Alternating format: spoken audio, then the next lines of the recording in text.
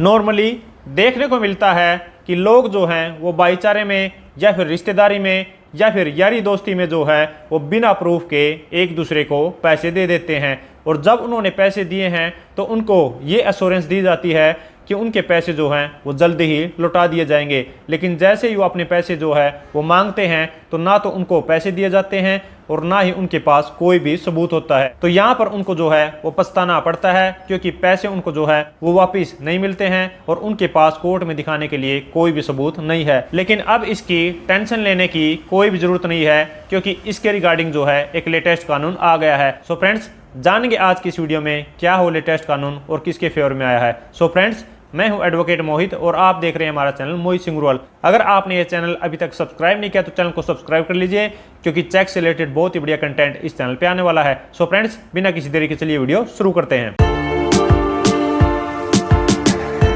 So friends, जिस judgement में ये लॉ पॉइंट डिसाइड किया गया है उसका नाम है अमित जैन वर्सेस संजीव कुमार सिंह। 16 अगस्त 2024 को ऑनरेबल दिल्ली हाई कोर्ट की ये जजमेंट आई है। तो सबसे पहले हम इस केस के फैक्ट्स जान लेते हैं कि इस केस में क्या हुआ था। तो इस केस में दो फ्रेंड थे, एक का नाम था अमित जैन और दूसरे का नाम था संजीव कुमार। अमित जैन ने संजीव कुमार को 2016 में 3,60,000 रुपये उधार दिए थे एज ए फ्रेंडली लोन, और संजीव कुमार ने ये प्रॉमिस किया था कि वो 30 अप्रैल 2017 तक जो है वो सारा अमाउंट लौटा देगा। लेकिन उसने कोई भी अमाउंट जो है वो वापस नहीं लौटाया। लेकिन फाइनली जो है 3 जुलाई 2019 को 1,80,000 रुपये का चेक जो है वो संजीव कुमार ने अमित जैन को दे दिया। अमित जैन ने जब वो चेक लगाया तो वो जो चेक है वो बाउंस हो गया। तो बाउंस होने के बाद जो है अमित जैन ने लीगल नोटिस दिया संजीव कुमार को। लीगल नोटिस का जो है वो कोई भी रिप्लाई नहीं आया। रिप्लाई ना आने के बाद जो है वो अमित जैन ने संजीव कुमार के खिलाफ जो है एक कंप्लेंट फाइल कर दी।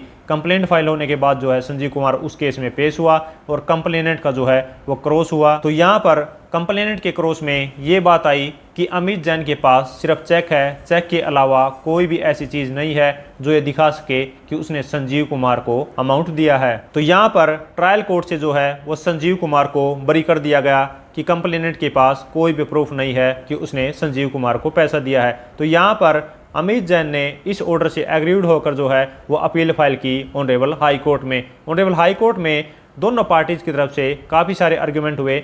कंप्लेनेंट की तरफ से ये आर्ग्यूमेंट थे कि इसने मेरे को जो है वो चेक दिया है और चेक पर जो सिग्नेचर हैं वो भी इसने एडमिट कर लिए हैं। तो एडमिट करने के बाद जो सेक्शन 118 और सेक्शन 139 एनआई एक्ट की जो प्रिजम्पशन है वो मेरे फेवर में है, और ये कोई भी ऐसा प्रूफ नहीं दिखा सका है कि ये जो चेक है वो मेरी कस्टडी में कैसे आया है और इसने किस पर्पज़ के लिए जो है ये चेक मेरे को दिया है। और जो मेरे फेवर में प्रिजम्पशन अराइज हुई है उसको रिबट करने के लिए इसने कोई भी प्रूफ नहीं दिया है। तो मैंने इसको जो फ्रेंडली लोन दिया है उसके एवज में इसने चेक दिया है, तो इसको जो है वो कन्विक्शन की जाए। और एक्यूज की तरफ से ये आर्ग्यूमेंट थे कि मैंने इससे जो है वो कोई भी लोन अमाउंट नहीं लिया है और ना ही इसको ये चेक दिया है, और कंप्लेनेंट जो है वो ये प्रूव नहीं कर सका है कि उसने मेरे को जो है वो अमाउंट दिया है। तो मेरी कोई भी लीगल लायबिलिटी नहीं बनती है, और इवन की ये जो चेक है वो मैंने फिल नहीं किया है। हालांकि जो एक्यूज है वो उस चेक पर अपने सिग्नेचर को मानता था। तो यहाँ पर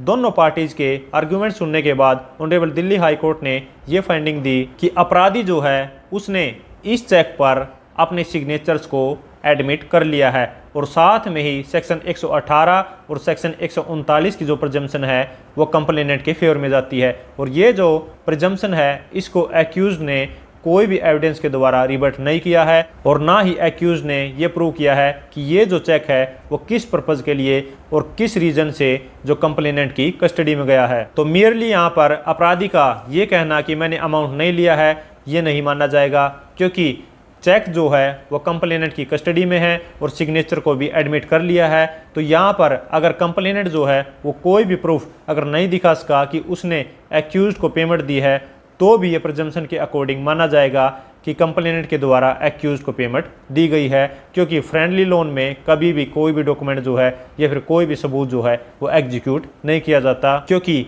ये जो फ्रेंडली लोन है वो कैश अमाउंट में भी हो सकता है। और इवन की अपराधी जो है वो ये भी नहीं बता सका कि ये जो चेक है वो क्यों अपराधी से कंप्लेनेंट के पास गया है। तो यहाँ पर दिल्ली हाई कोर्ट ने ये जो अपील है वो डिसाइड की कंप्लेनेंट के फेवर में और ये डायरेक्शन दी कि इस केस को जो है वो दोबारा फर्दर प्रोसीडिंग्स के लिए चलाया जाए। सो फ्रेंड्स, आशा करता हूं कि आप लोगों को समझ आ गया होगा कि अगर आपने किसी को भी रिश्तेदारी में या फिर फ्रेंडली रिलेशन में या फिर भाईचारे में अगर अमाउंट दे दिया है और आपके पास चेक के अलावा कोई भी डॉक्यूमेंट नहीं है तो भी आप उस केस को जीत सकते हैं और आपको कोई भी प्रूफ जो है वो दिखाने की ज़रूरत नहीं है, क्योंकि आपके फेवर में प्रजम्पशन भी है और ये मान के चला जाता है कि ये जो चेक है वो किसी ना किसी अमाउंट को उतारने के लिए दिया गया है। लेकिन फिर भी मैं आपको एडवाइस करूँगा कि कभी भी अगर आप भाईचारे में या फिर रिश्तेदारी में अगर अमाउंट देते हैं तो बैंक ट्रांजैक्शन के थ्रू दे सकते हैं, जिससे कि आपकी बैंक स्टेटमेंट में ये रिफ्लेक्ट होगा कि आपने उनको अमाउंट दिया है, जिससे आपको केस को जीतने में दिक्कत नहीं होगी